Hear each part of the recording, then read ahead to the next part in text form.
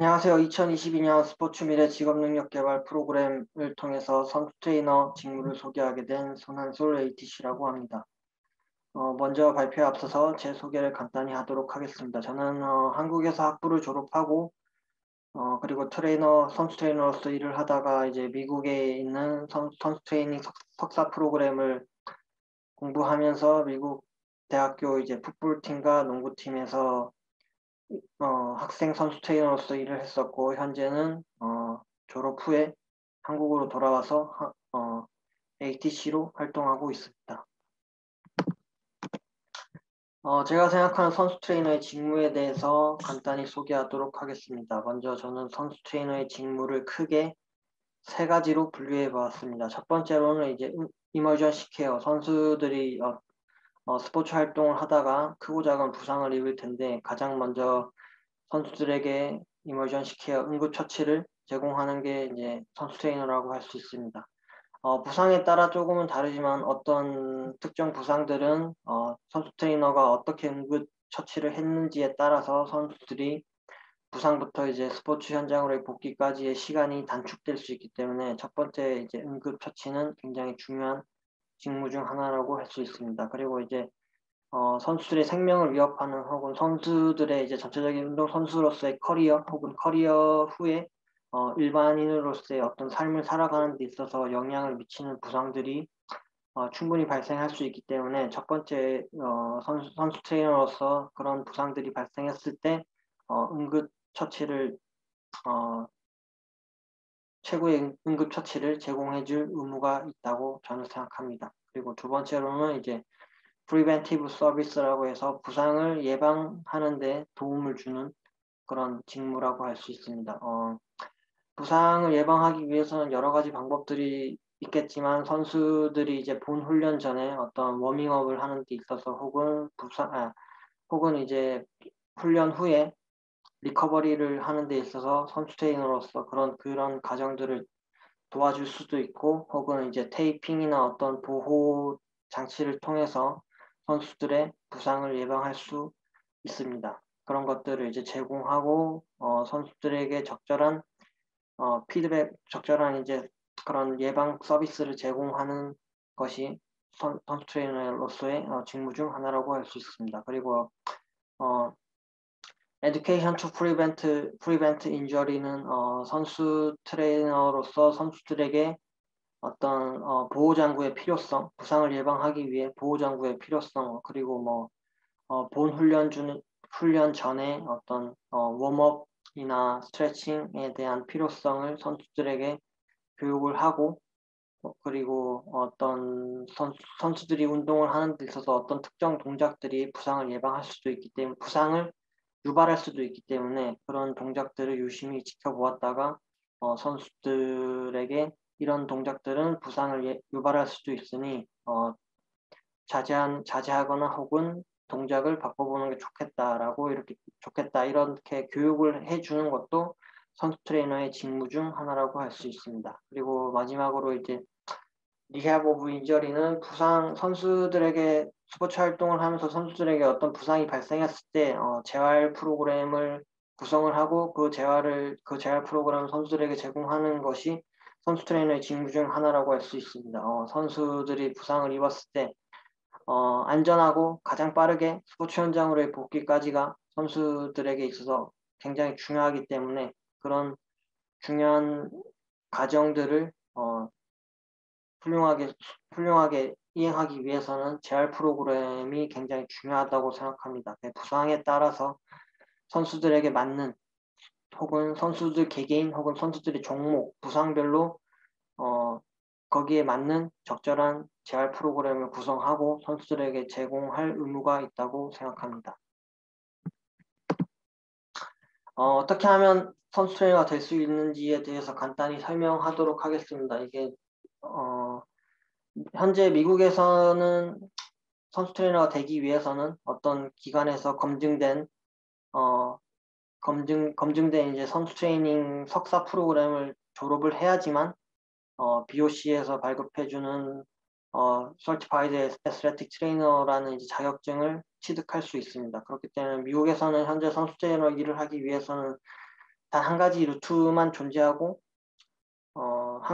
반면에 한국에서는 이제 스포츠 재활이나 사회체육 혹은 뭐 물리치료학과들을 대학교에서 전공을 하고 추가적으로 대한선수트레이너협회나 한국선수트레이너협회 혹은 카셉 등 이런 사설 교육기관에서 제공하는 선수 트레이너로서의 교육을 받고 그 이후에 자격증 시험을 통해서 시험을 통과를 하면은 자격증을 발급해 주는 걸로 알고 있습니다.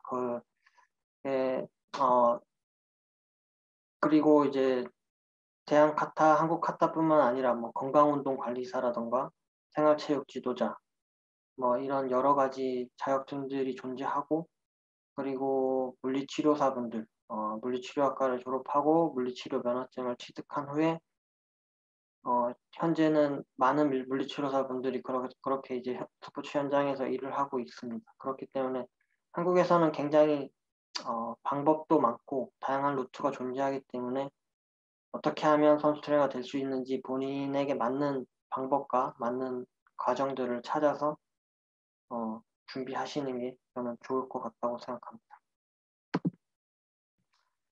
선수 트레이너의 장단점에 대해서 적어보았는데 이게 장단점이라고 하는 게 누군가에게는 장점이 단점이 될 수도 있고 또 혹은 단점이 누군가에게는 장점으로 될 수도 있기 때문에 이게 꼭 맞는 장단점은 아니라고 먼저 말씀드리고 싶습니다.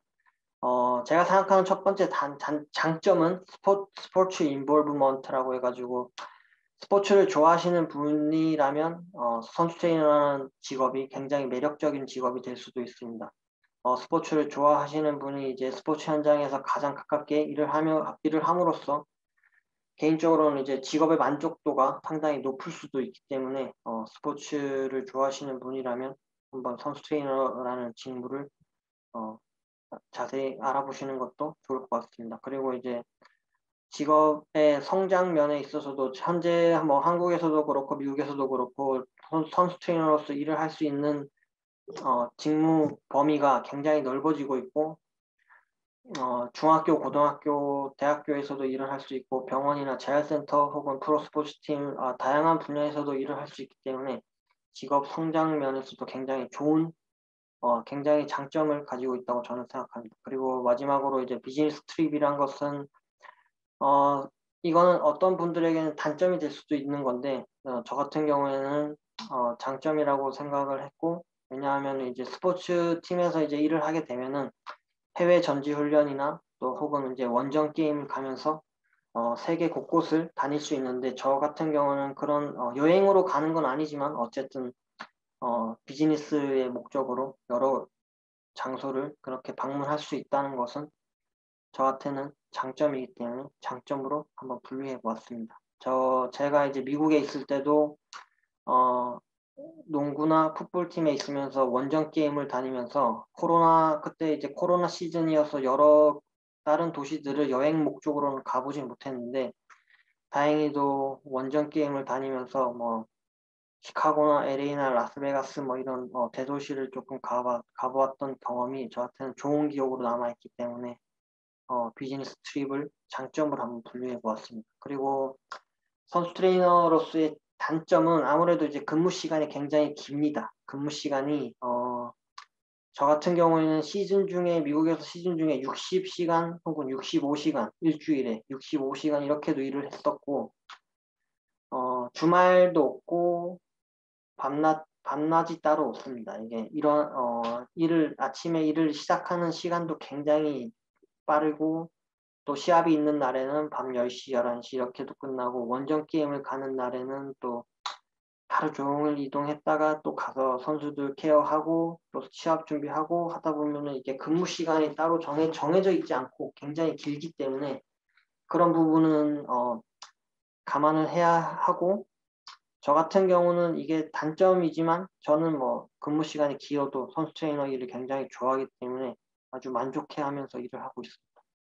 그리고 마스터 디그리 이제 석사 학위를 적어 보았는데 미국 같은 경우에는 지금 석사 학위를 취득해야지만 선수 트레이너로서의 어떤 시험을 보고 그리고 선수 트레이너로서의 일을 할 수 있기 때문에 미국에서는 선수 트레이너가 되기 위해서는 무조건적으로 이제 석사학위가 필요한 상황입니다. 그렇기 때문에 아무래도 대학교 학부 4년, 석사 2년, 총 6년의 시간을 어떻게 보면 공부를 해야 하고 또 이제 그런 비용 자체도 만만치 않기 때문에 저 같은 경우는 이제 단점이라고 적어보았습니다. 그리고 한국에서는 이제 꼭 석사 학위까지 할 필요는 없지만 지금 아무래도 많은 분들이 석사까지 하시는 추세이고 그렇기 때문에 한국에서도 마찬가지로 이제 총 6년의 시간과 어떤 그런 교육비적으로 선수 트레이너가 되기 위해서는 굉장히 시간도 공부하는 시간도 길고 어떤 비용적인 측면에서도 부담이 되기 때문에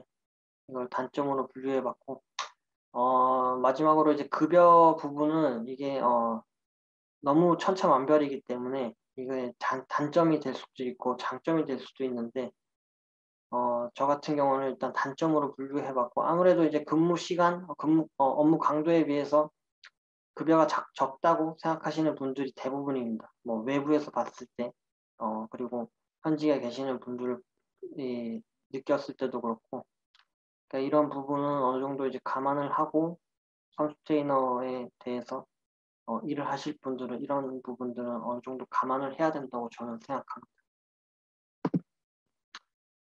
마지막으로 이제 취준생 분들에게 하고 싶은 말은 저 같은 경우는 어떤 조언을 해드리기보다는 취준생 분들 혹은 저 같은 지금 ATC가 됐지만 모두가 처해진 상황이 다르기 때문에 뭐 이렇게 이렇게 해라 저렇게 저렇게 해라 뭐 어떤 조언보다는 약간 공유하고 싶은 말들이 있는데 뭐 그중에 이제 모티베이션이라고 동기부여 저 같은 경우는 동기부여가 굉장히 중요하다고 생각합니다. 이게 어떤 일을 하는 데 있어서 동기부여가 있고 없고는 정말 천차만별인데 저 같은 경우는 이제 미국에 가서 제가 하고 싶은 공부를 하러 갔지만 정말 힘들었습니다. 이게 2년 반, 거의 거진 3년이라는 시간 동안 집에도 한 번도 못 가고 한국에도 한 번도 못 오고 거기서 이제 친구도 뭐 동기들 뭐 같이 공부하는 동기들하고 막 잘 어울리고 잘 지내긴 했지만 한국에 계시는 뭐 가족들도 못 보고 부모님 뭐 친구들도 못 보고 또 음식 때문에도 많이 힘들었고 언어 때문에도 많이 힘들었는데 그런 부분을 이제 극복할 수 있게 한 게 저 같은 경우는 이제 동기부여였다고 생각합니다. 저한테 있어서 미국의 이제 선수 트레이닝 석사 학위와 BOC에서 발급해주는 ATC 그 자격증이 저한테는 제 인생에 있어서 굉장히 큰 업적이라고 생각합니다. 저는 그렇기 때문에 그걸 이루기 위해서 저한테는 어떤 동기부여라는 것이 명확했고 그렇기 때문에 그 동기부여를 통해서 3년이라는 시간을 잘 공부하고 한국으로 돌아왔다고 저는 생각합니다. 그렇기 때문에 취준생 여러분들도 어떤 무슨 일을 하시든지 간에 동기부여를 생각하시고 제가 자신이 이 일을 왜 해야 하는지 또 이 일을 하고 났을 때 어떠한 것들을 본인이 얻을 수 있는지 그런 것들을 생각하면서 동기부여를 꾸준히 가져간다면 무슨 일을 하시든지 좋은 결과가 있을 거라고 생각합니다. 제 발표는 뭐 이 정도로 마치고 제가 이메일 주소를 적어놨는데 뭐 ATC에 대해서 혹은 미국 유학에 대해서 뭐 어떤 궁금한 점이 있으시면 개인적으로 이제 메일을 주시면 제가 아는 선에서는 성심성의껏 답변해 드리도록 하겠습니다. 네, 감사합니다.